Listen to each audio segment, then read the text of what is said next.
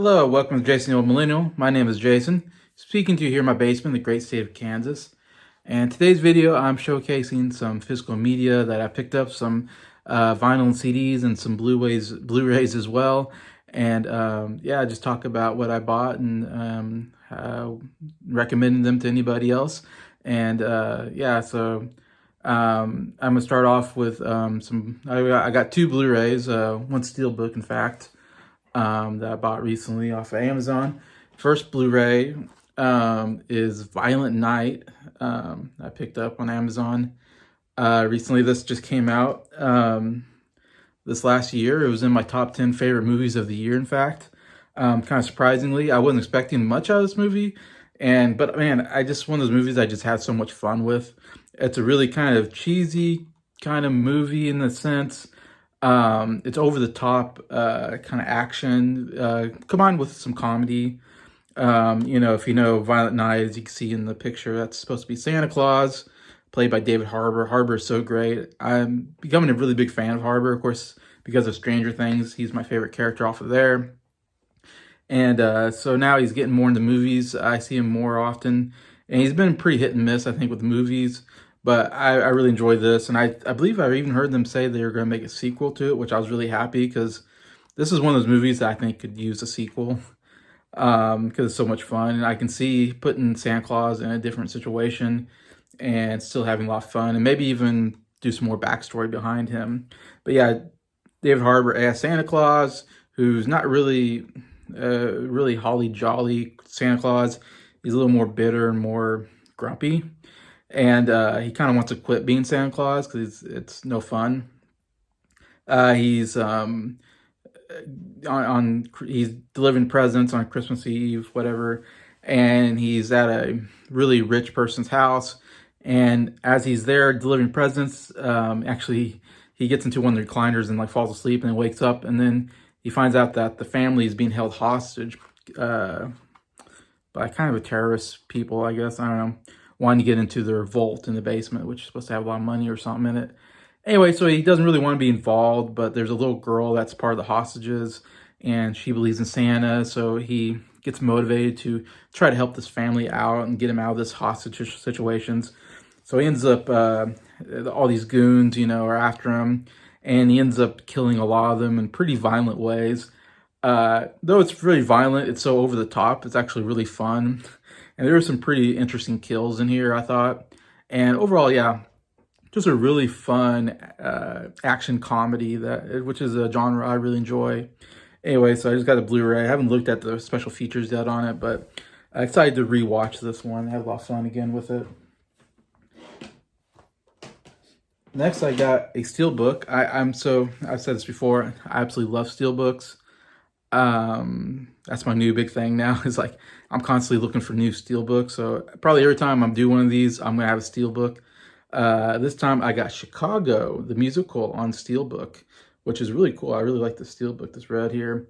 And it says Razzle Dazzle Me, which is one of the songs that I think, in fact, that Richard Gere sings in the song.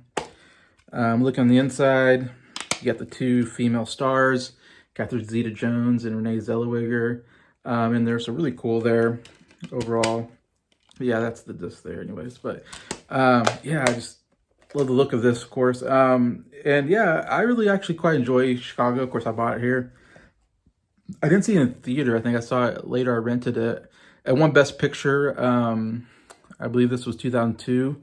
It won. It was one of the first musicals to win Best Picture in a long time, and I don't know that we've gotten a musical since. So it's kind of a cool like back to musicals. Musicals have done fairly well as far as getting nominated, but they still don't win Best Picture very often, like they did in the '60s. Like in the '60s, there's like 4 musicals that won Best Picture in that decade. So musicals were huge back then, and there's been some in like the '70s and so forth, but. Yeah, it's cool. It's got this Bob Fosse style of jazzy type numbers, and this, he has this very kind of interesting, quirky, I call it quirky kind of dancing in it. But yeah, it's a famous musical, of course, Broadway like musical that it's off of. Overall, I mean, I wouldn't say it's like my favorite set of songs, but yeah, songs are pretty good. They're pretty catchy overall. Um, like, yeah, it's not, everything's not great, but there is a lot of good stuff in here. Like Richard Gere, I think is really good. His whole razzle dazzle routine is really good. Um, you get what's his name? John C. Riley does Mr. Cellophane, which is a decent song, and he's okay. And he gets a nomination for Best Supporting Actor for a very small role. I would say my biggest criticism is Queen Latifah. I think is Queen Latifah got nominated for Best Supporting Actress in this movie, and it's one of the worst nominations ever in Oscar history because I don't think she's anything good. I don't think Queen Latifah is a very good actress, and she has like one musical number, and it was one of the weakest numbers in the whole movie. But I like the fact that in the movie, all the musical numbers are happening inside the brain of Renee Zellweger's character, who is Mary, is it something Hart? I think her name is. I want to say Mary Hart, but I don't know if that's right. Something Hart. Anyways, she wants to be a Broadway star. She wants to be a musical star, on stage. And so a lot of the musical numbers happen inside her head. So that's how it's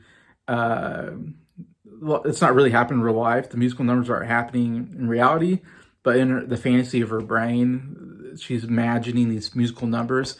So that's how we get all these musical numbers, and how we legitimize it is that they're not real; they're inside her head. But yet, and some of them are real. Like Catherine Zeta-Jones is really a musical actress in the movie, so her stuff I think is really happening. But it's a really cool concept for a musical, and overall, I think a real fun movie. Anyways, so yeah, I really recommend Chicago, and I really love getting the Steelbook on that one. I get some albums I bought recently. I got one CD that I got on Amazon, and that is one of my favorite albums actually of all time. My favorite Adele album, and you can't tell because it didn't say here, that's Adele's face, but it is 25 is the name of the album. It's her third album that she made. There you see this 25 on there, if you can see that. 25. Anyways, this is my favorite. Adele has two really great albums in my opinion, 25 and 21. 21 is also an excellent album I want to get at some point. A lot of people like 21 better than 25. A lot of people say 25 is okay. 21 is like the masterpiece. And I disagree. 25 is absolutely amazing album. I love. And Adele is my favorite female singer like of all time. I mean, even though she's only made like 4 albums, like I said, only 2 of them are good, but those 2 are so good that I put her in the upper echelon of singers. I mean, you start with Hello. Hello's my favorite Adele song and one of my favorite songs of all time. Absolutely amazing vocal work. Send My Love to Your New Lover is a pretty good song. When We Were Young, and probably my second or third favorite Adele song. And again, one of my favorite songs of all time. Absolutely amazing vocals on there. Remedy is a really good song. Million Years Ago, a really good song, kind of a more, not a real well-known one. Not a big hit song off of her album, but man, I love that album, that song. But anyways, yeah, absolutely love her vocal work. She's just an amazing singer. Love to see more of Adele. I wish she'd do more than 4 albums. All right, getting to some vinyl. I got some interesting ones here. Some kind of not your usual vinyls. Some 2 non-musical ones. I got 2 comedy vinyls, in fact, old comedy vinyls from the 60s. I've been going through, I've been looking through the Grammys award for Best Album for each year, which starts in like 1959, I want to say. It was like the first year or something like that. Somewhere around there was like, yeah, 59, I believe was the first year. We had the Grammys Best Album of the Year award anyway, so we've had one every year since, so quite a bit to go through. I've been going through them.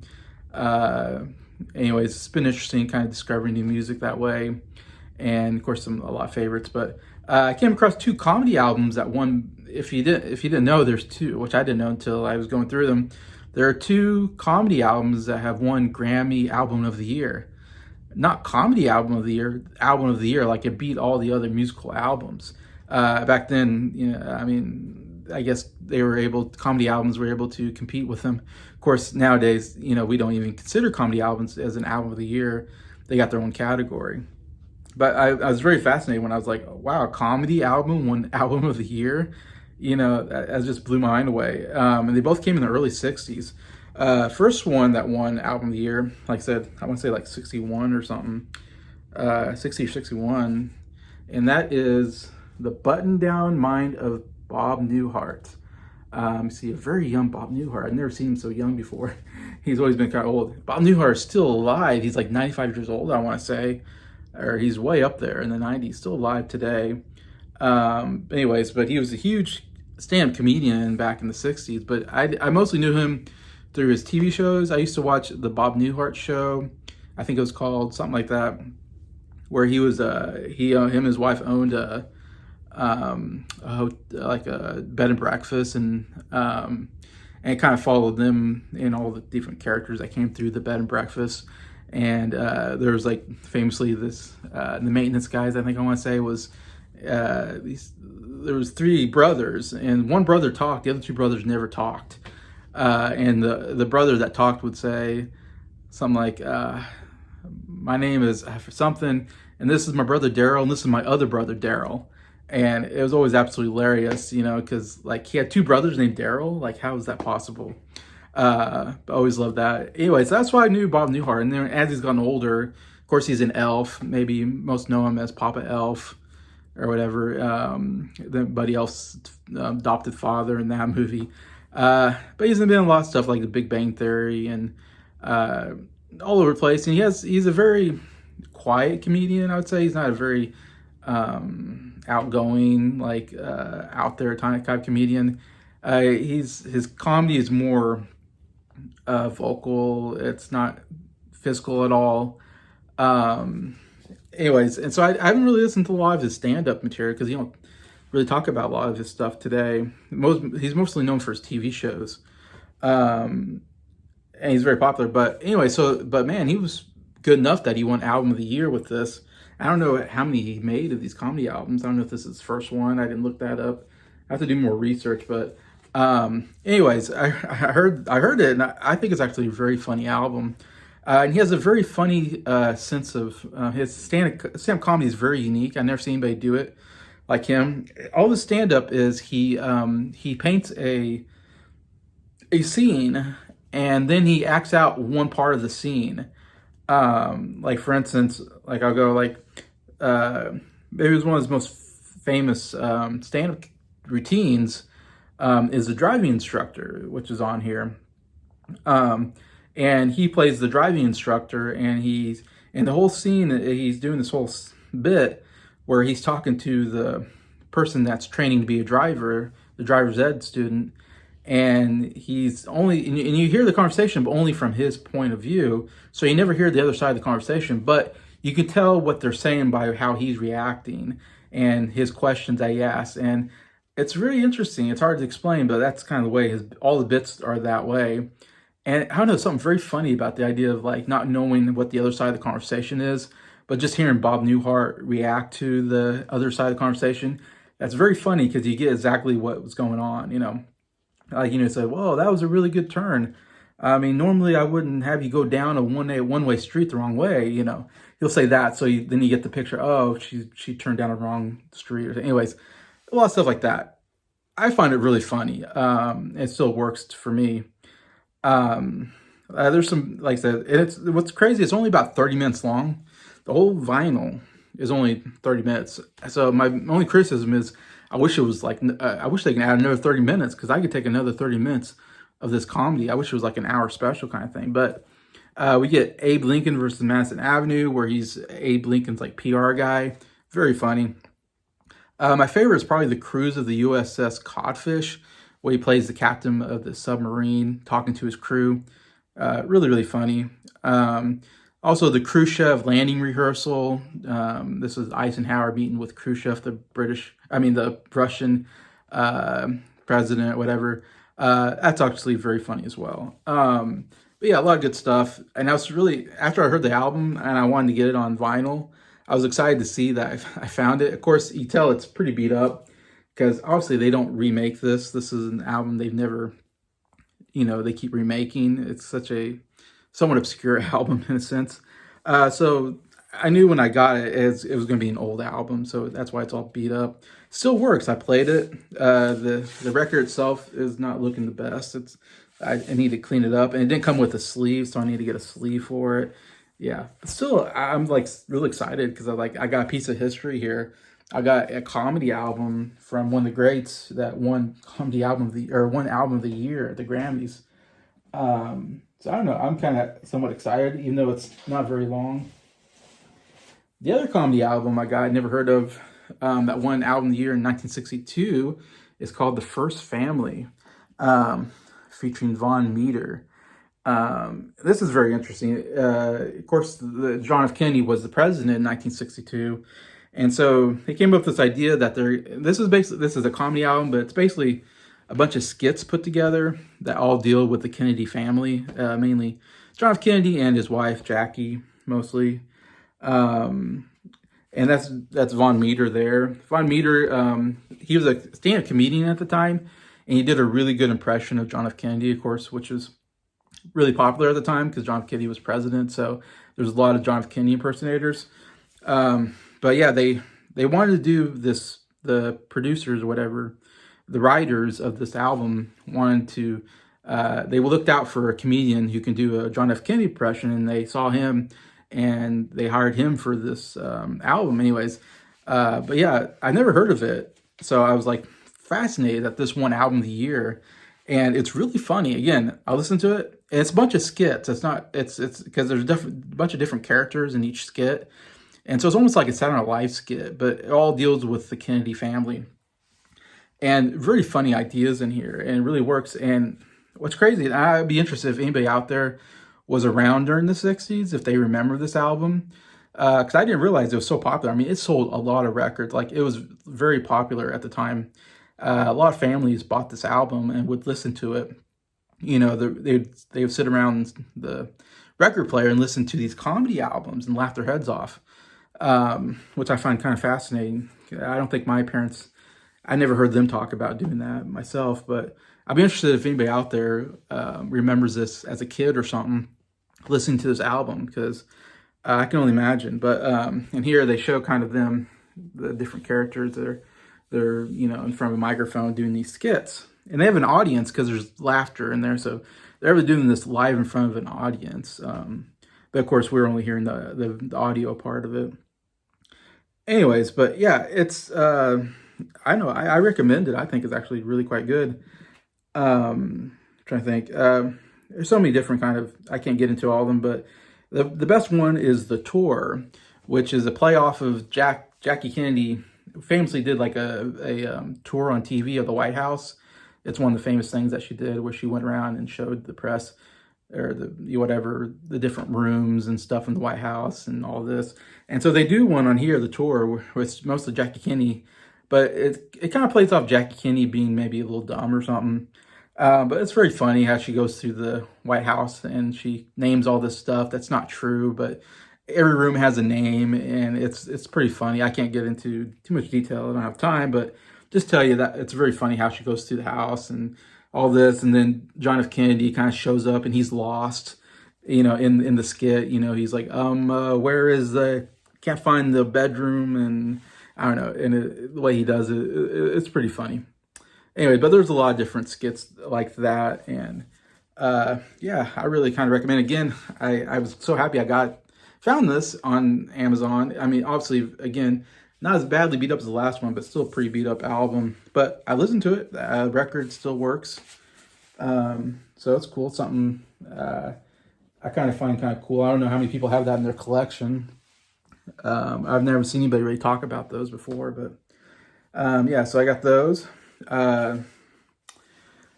Also on Amazon, this was one I've been wanting to get for a while. It's one, like, if collecting vinyl, it's like you have to get this. One of the best albums of all time.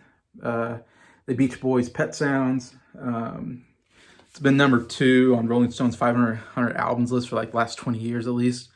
Obviously, yeah, it's my favorite Beach Boys album.